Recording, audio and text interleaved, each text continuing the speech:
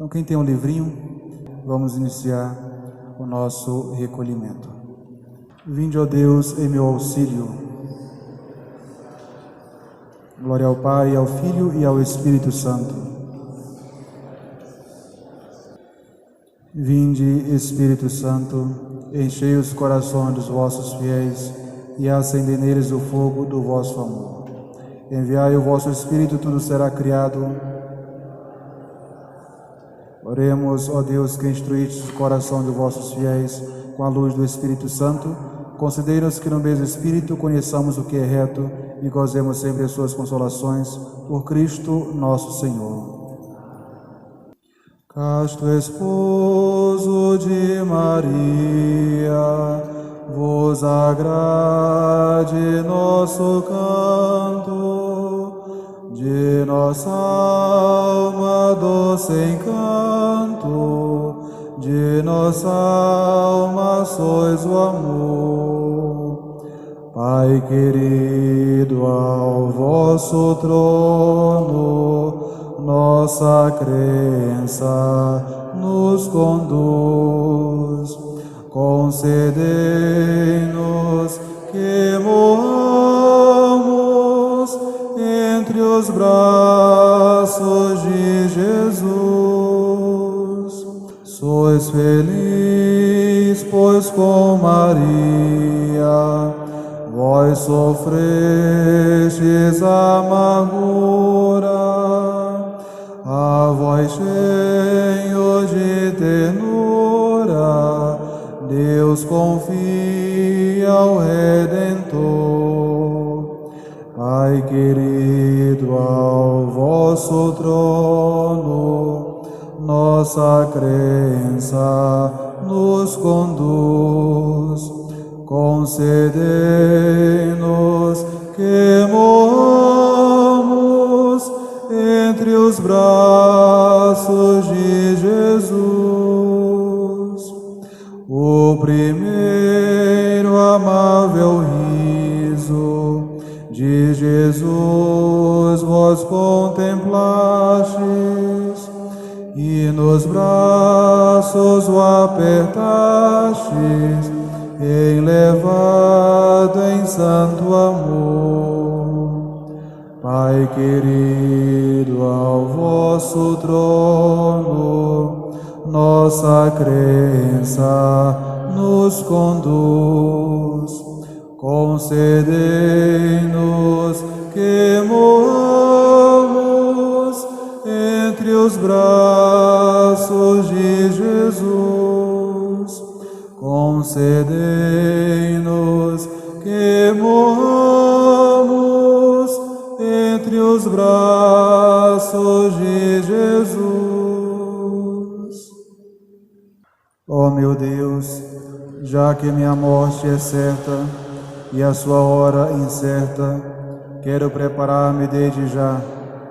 Nesta intenção, protesto que creio em tudo que crê a Santa Igreja, especialmente no mistério da Santíssima Trindade, encarnação e morte de Jesus Cristo, no paraíso e no inferno, porque todos estes pontos são outros tantos artigos de fé revelados por vós, que sois a mesma verdade. Mereço 1000 infernos, mas espero obter da vossa misericórdia, pelos merecimentos de Jesus Cristo, o perdão dos meus pecados, a perseverança final e a glória do paraíso.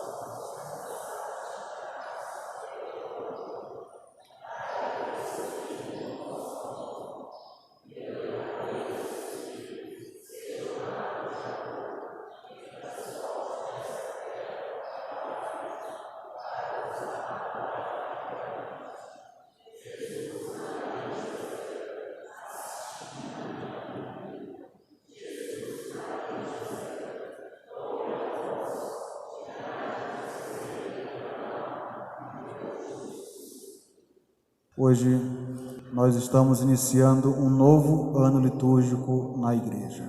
Interessante que a igreja insiste, como mãe que ela é, em todo ano repetir as mesmas festas, celebrar os mesmos mistérios de Jesus e de Maria, fazer as mesmas advertências, trazer as mesmas imagens à nossa mente.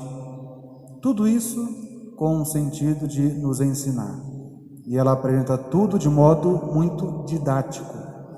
Essa repetição é didática.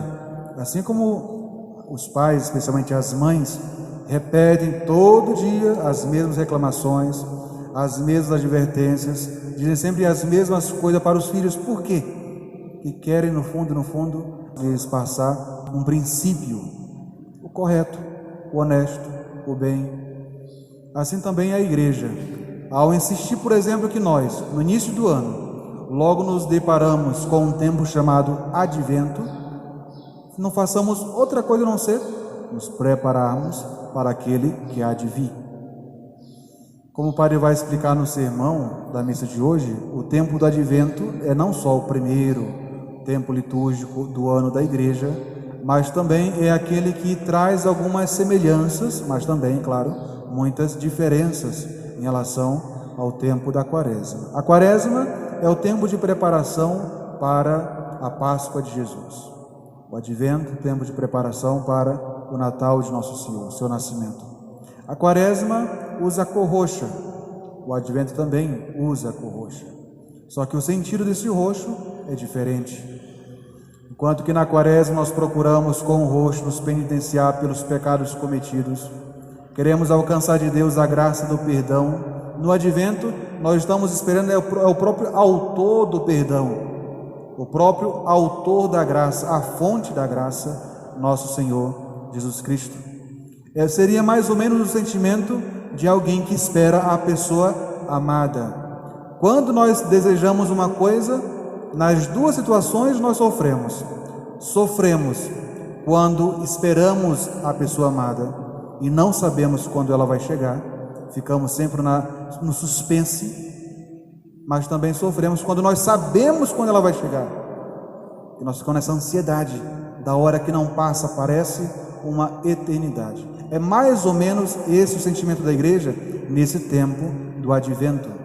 Esperar Jesus que está chegando, mas que ainda não chegou, e por isso ela se veste de roxo, por isso ela faz penitência, não para obter perdão de pecados, mas para se preparar para receber o autor da graça, o autor do perdão. São esses sentimentos, em resumo, que nós devemos adquirir durante essas 4 semanas do tempo do Advento. E por que o tempo do Advento é tão importante para nós e para a nossa espiritualidade, especialmente se nós pensamos no Advento pensando no fim? Porque esse primeiro tempo da igreja, digamos, há algo de místico nele. Celebrar o Natal de Jesus não é só celebrar o aniversário de Jesus. Não é como o nosso aniversário, que todo ano repetimos a mesma comemoração, o mesmo evento, o dia do nosso nascimento. Jesus não é assim.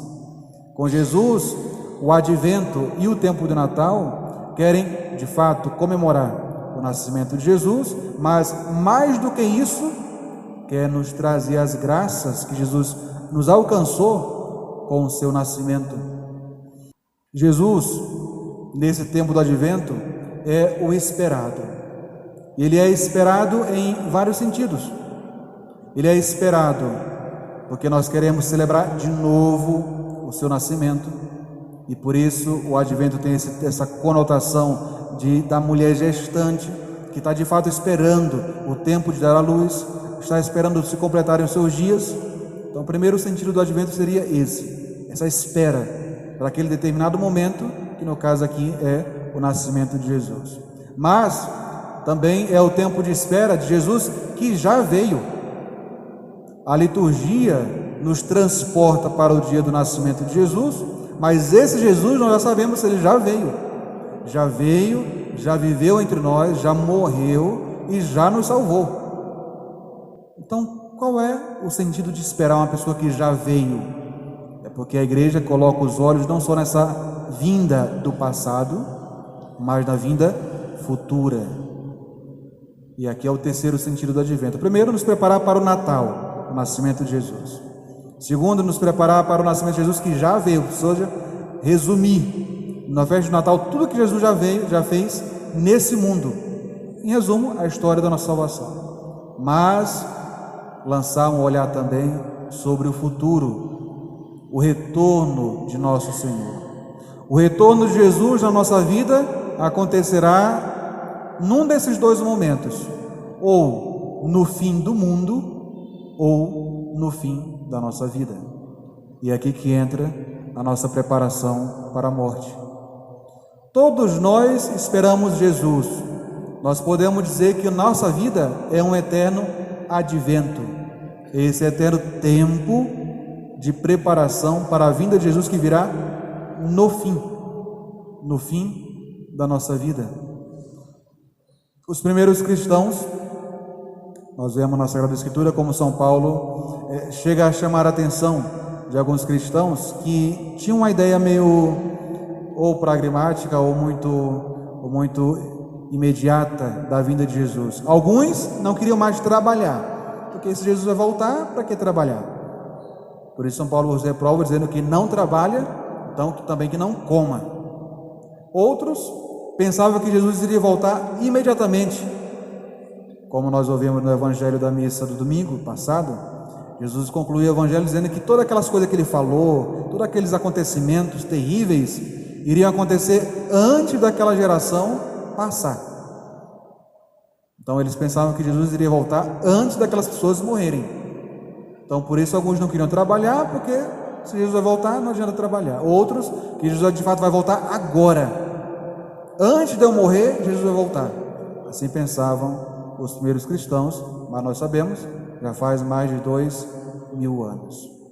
Como o padre explicou também no sermão da missa passada, ali Jesus meio que embaralhou dois eventos: a destruição de Jerusalém e a destruição do universo, do mundo.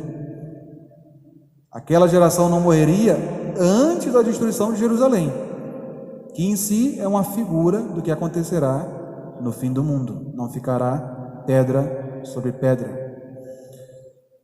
Como nós sabemos que todos nós somos mortais, devemos ter essa certeza, e já afirmamos, lembrando Santo Afonso nas outras preparações: todos nós morreremos.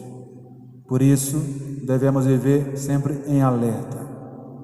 Jesus, que já veio, historicamente falando, virá na nossa alma hoje, por exemplo, na Sagrada Comunhão.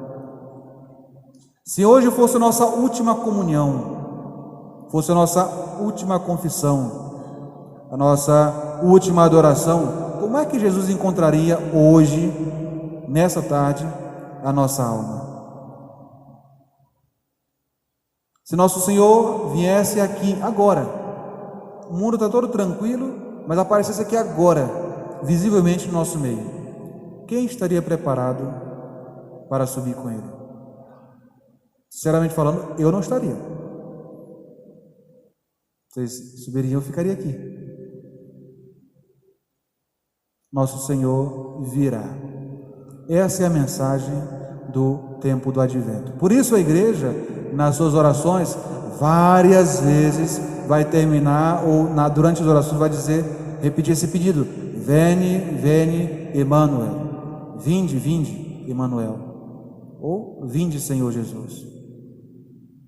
Esse pedido insistente.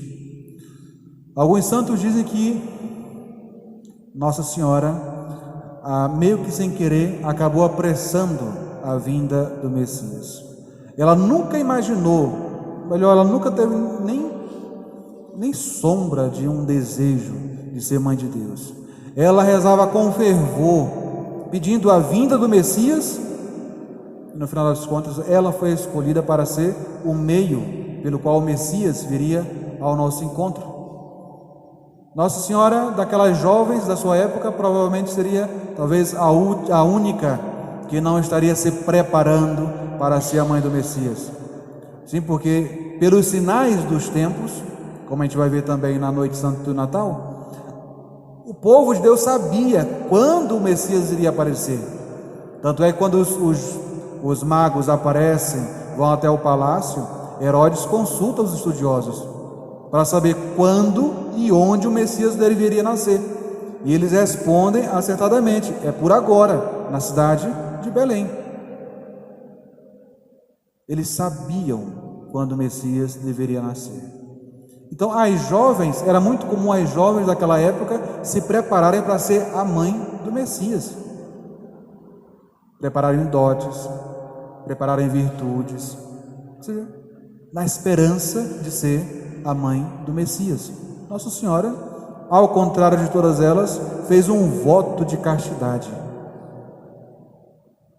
Nunca aspirou ser a mãe de Deus. Quis servir a Deus de outro modo. E Deus, que aceitou o seu voto de castidade, escolhe justamente aquela jovenzinha que não queria ser mãe, que nunca pensou em ser mãe, pelo contrário, prometeu a ele ser virgem para sempre. Escolheu essa virgenzinha para ser a mãe do seu filho encarnado. Isso nos mostra que, primeiro, devemos sempre rezar. Sem oração, nós não conseguimos combater. A oração é para a nossa alma o que o alimento é para o nosso corpo. Se nós pararmos de comer, nós vamos definhando. Se nós pararmos de rezar, a nossa alma também vai enfraquecendo. A menor tentação é capaz de levá-la abaixo, de derrubá-la. E para se levantar sem oração é muito difícil. É necessário voltar aos poucos à oração, à confissão, à comunhão. A primeira coisa, temos que rezar e rezar sempre. O nosso corpo, talvez os senhores já tenham tido a experiência, é tão vagabundo que se a gente falta um diazinho na oração, no dia seguinte a gente já quer relaxar, não quer mais levantar na hora, não quer mais rezar um terço completo, não quer mais rezar aquelas orações diárias, quer rezar o mínimo possível, por causa de um dia que a gente falta a oração. Isso mostra com clareza como o nosso corpo ele pede sempre o que é cômodo. E facilmente ele se acostuma com a falta de virtude, se acostuma com a falta da oração. Por isso é necessário vigiar na oração. Então, a primeira lição que nós aprendemos de Nossa Senhora. Segundo, a sua humildade. O que encantou o coração de Deus, olhando para Nossa Senhora, é a humildade que ela conservou consigo. Porque todas as graças que Nossa Senhora tem, foi Deus que deu. Não tem, aliás, todos nós, não tem uma coisa que a gente possua que não foi Deus que deu, direta ou indiretamente. Mas Nossa Senhora correspondeu à graça recebida de tal modo que ela transbordou, multiplicou em si a graça divina. E por isso mesmo foi escolhida para ser a mãe do Redentor. Esse tempo do Natal, esse tempo do Advento é para nós um tempo de olhar para Nossa Senhora, de fazer companhia para Nossa Senhora, de buscar aprender com ela como devemos esperar o Divino Salvador de nossas almas, de aprender com ela como meditar nos mistérios de Deus. Ela que, visitada pelo anjo, não se assusta com a aparição, mas se assusta com a mensagem. Ela, virgem, será mãe. Como? Ela não sabe.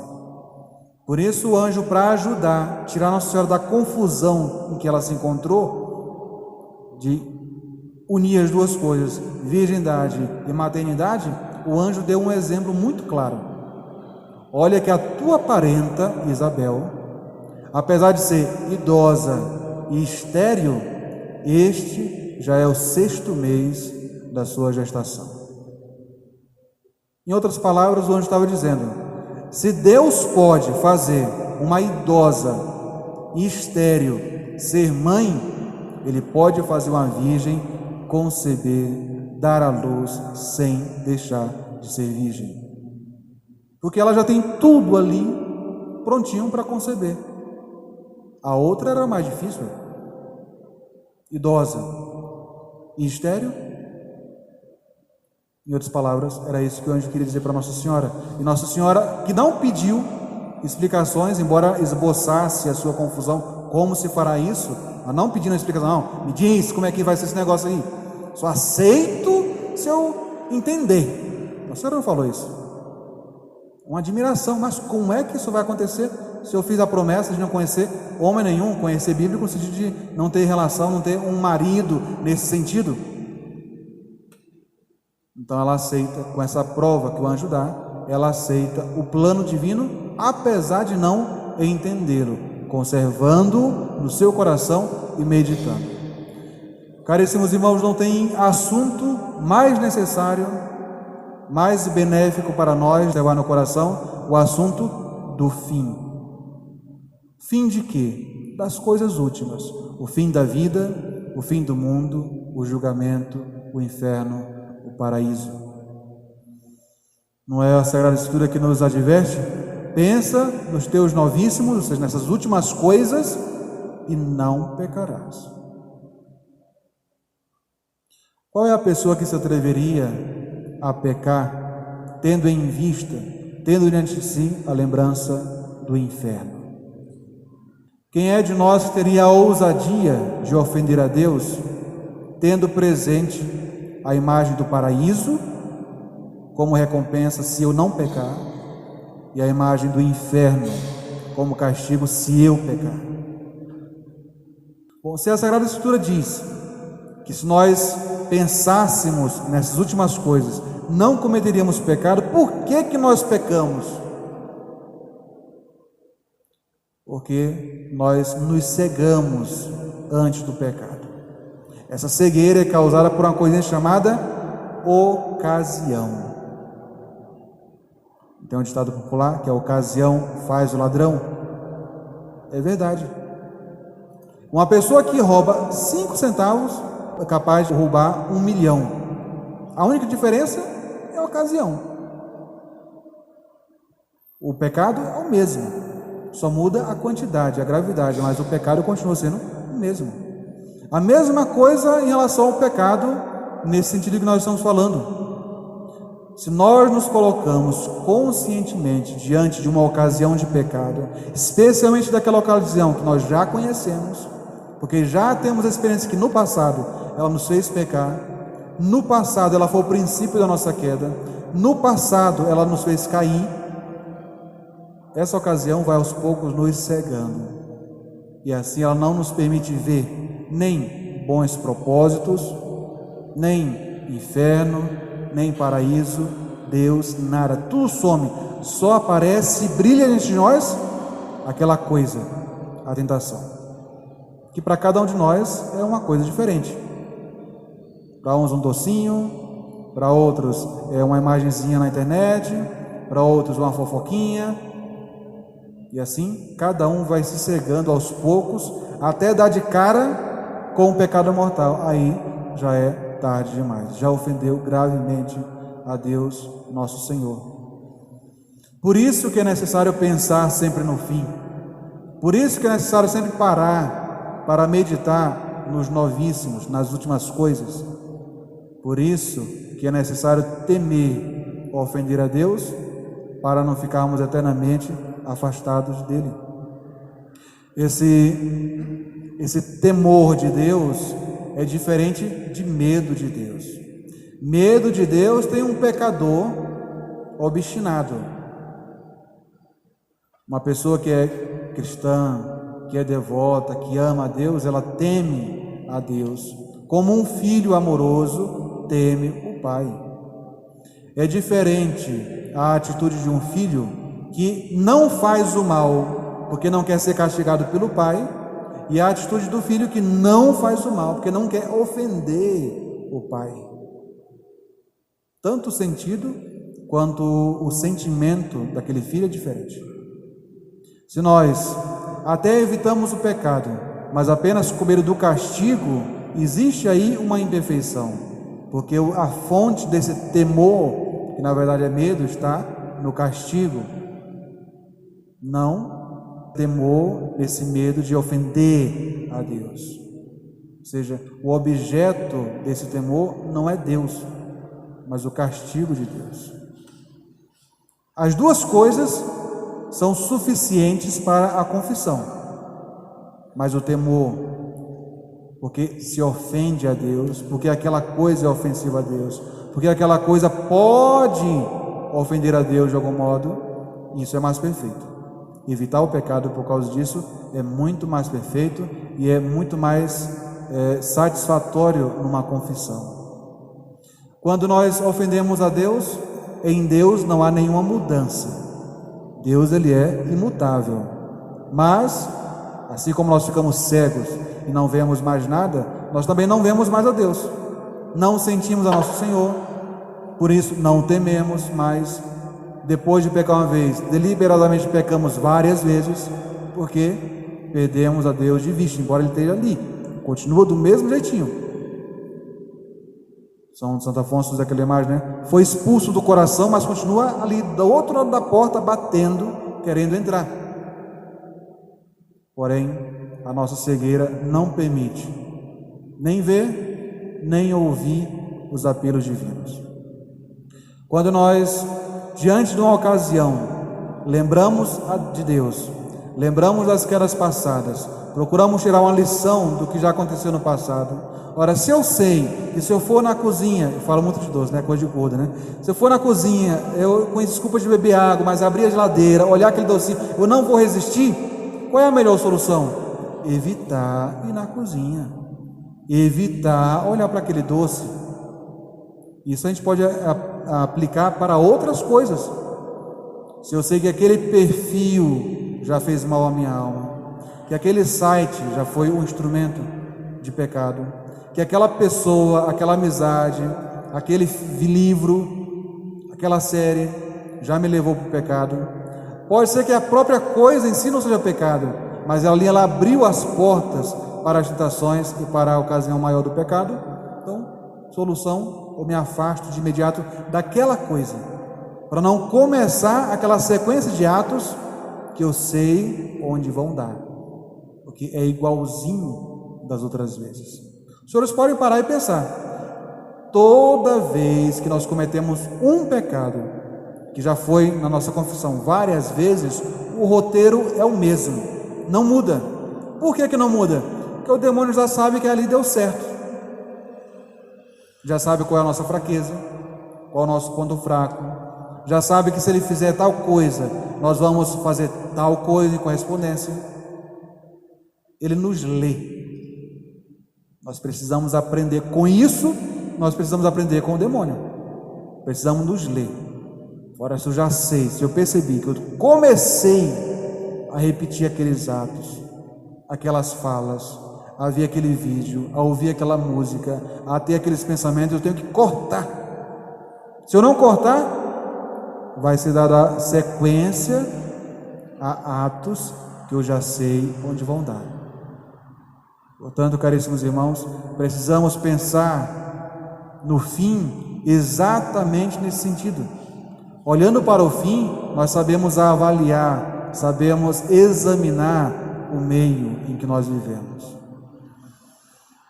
Eu espero realmente que esse ano tenha tido algum fruto para os senhores, que não tenha sido um ano a mais de missa, de confissão, de recolhimento, de retiro, de novenas, mas que os senhores tenham podido tirar algum proveito para as suas almas.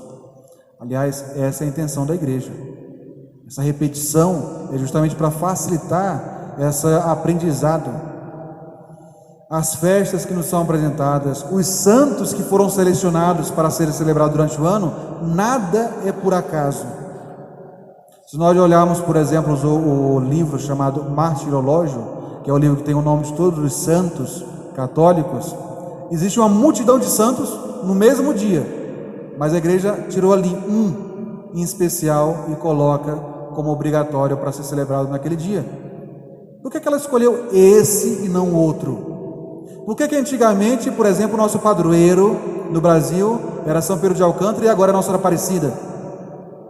Por que ela apresenta um santo e não apresenta outro? A intenção é olhar para a vida daquele santo, imitar suas virtudes, o alcance que aquele santo tem pela sua vida, pelos seus bons exemplos, pela devoção que ele já adquiriu naquele meio, naquele povo. É por isso que nós somos todos os dias visitados pelos amigos de nosso Senhor na Sagrada Liturgia, quando nós celebramos os santos. Todos os santos não são nada mais, nada menos do que homens, mulheres como nós. No passado, a seu tempo, tiveram as suas dificuldades, mas que não foram em nada nem menores nem maiores do que as nossas. Todos nós temos as dificuldades que o nosso tempo exige. Um São Luís Gonzaga, que guardou a pureza de modo admirável, teve que lutar contra as mesmas tentações que nós temos. Os meios usados para essas tentações são diferentes, mas a tentação é a mesma. Uma Santa Maria Goretti, que ainda em tenra idade teve que defender a castidade a ponto de dar a sua própria vida, esse amor à castidade é o mesmo que nós temos que ter. O meio que ela teve que guardar a castidade foi diferente do nosso, mas o amor à castidade é o mesmo, o deve ser o mesmo. É por isso que o celebrar os santos é tão importante. É por isso que os santos são como essas setas que nos apontam o caminho que no final das contas vai dar em Deus. E é por isso que se os santos são essas setas que conduzem a Deus, Nossa Senhora é essa porta que abre, escancara e já apresenta-nos Deus diretamente. Hoje nós celebramos Nossa Senhora das Graças. Recomendemos a ela esse nosso último recolhimento. Recomendemos a ela o nosso apostolado. Procuremos consagrar a ela mais um ano litúrgico que hoje se inicia, a fim de que ela nos ensine com suas virtudes, nos ensine com seus meios maternos a guardar a lei de nosso Senhor em nosso coração. Quem é que ama a Deus? Só aquele que obedece os seus mandamentos. Seria muito fácil dizer, afirmar que ama a Deus, mas não obedecer os mandamentos de Deus. Ou pior, fazer como muitos hoje em dia, pegam as leis, os mandamentos, as obrigações e deveres do cristão e vai escolhendo. Isso eu aceito, isso eu quero, isso é bom para mim, mas o resto não. Isso não é honesto com o nosso Senhor. Devemos amar a Deus sobre todas as coisas, com tudo o que Ele traz. Amar a Deus é um casamento. É um casamento que existe entre nós e nosso Senhor. Nosso Senhor nos considera nossas almas suas esposas. No Antigo Testamento, várias vezes Deus se expressava em relação ao seu povo de Israel, se expressava como sua esposa. Várias vezes Deus vai, ao denunciar o pecado do povo, diz que o seu povo prevaricou, que o seu povo o traiu, que o seu povo adulterou com deuses estranhos. Todas as expressões que lembram o matrimônio, o casamento. O povo de Deus quebrava várias vezes a sua união com Deus. Não é diferente do que acontece conosco.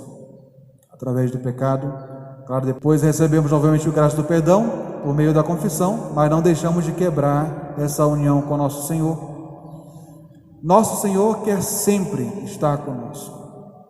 Imaginem que o dia mais santo, um dos dias mais santos do ano, a Sexta-feira Santa, é o dia que nós celebramos Deus que morre por nós. E não morre assim, eu estou doentinho, então vou oferecer minha doença pela salvação de vocês. Não, morre do modo mais cruel, justamente para demonstrar o seu amor por nós. Por isso, Ele morre num tempo litúrgico chamado tempo da paixão, para nos lembrar que ali morre um Deus apaixonado por cada um de nós, apaixonado pelas nossas almas. Almas essas que são eternas, iguais a Ele, almas que são semelhantes, imagens dele mesmo, do Divino Esposo. Por isso, desejamos que esse novo ano litúrgico seja para cada um de nós ocasião propícia para aprendermos as divinas lições de nosso Senhor, para buscar essa união perfeita com Ele. Como é que nós nos unimos com Jesus durante a vida? Primeiro, é claro, pela oração. A maior oração do católico é a missa. Depois vem as orações particulares, as orações diárias, as devoções, mas a primeira oração do católico é a missa. Depois vem a comunhão, a confissão, as celebrações, as sagradas cerimônias.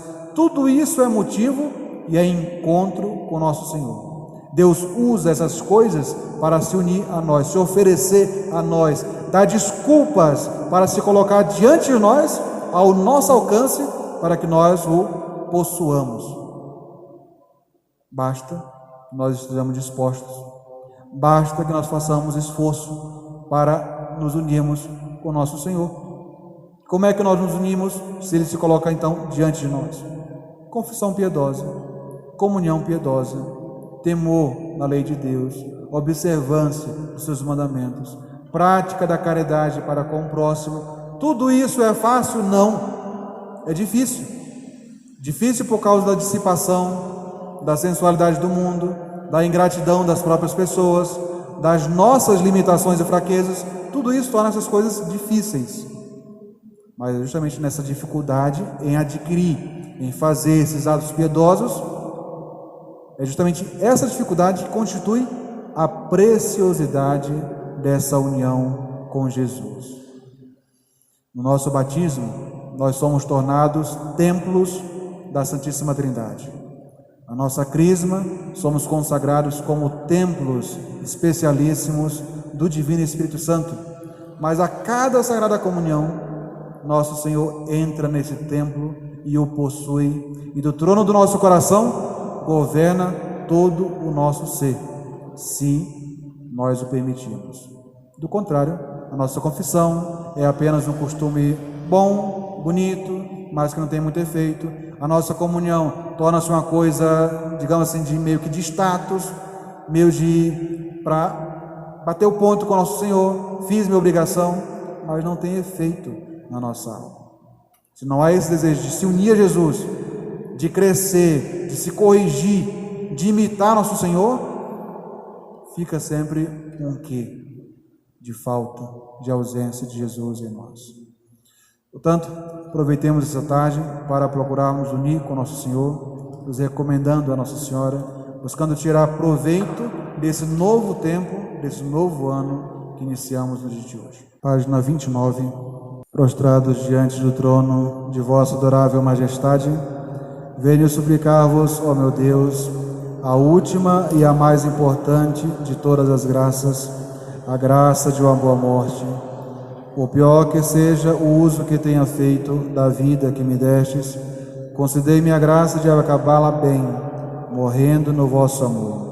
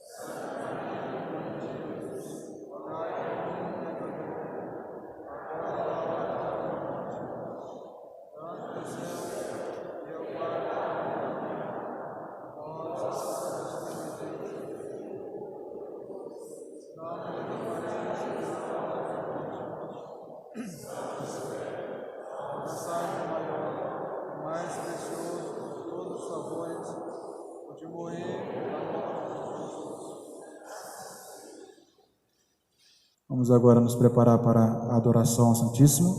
Durante a adoração, o Padre vai ter confissões aqui do lado, e aí os senhores rezam o Santo Terço. o terço e a ladainha. Depois o padre vem e conclui com a bênção do Santíssimo. A bênção do Santíssimo e a ladainha da Boa Morte.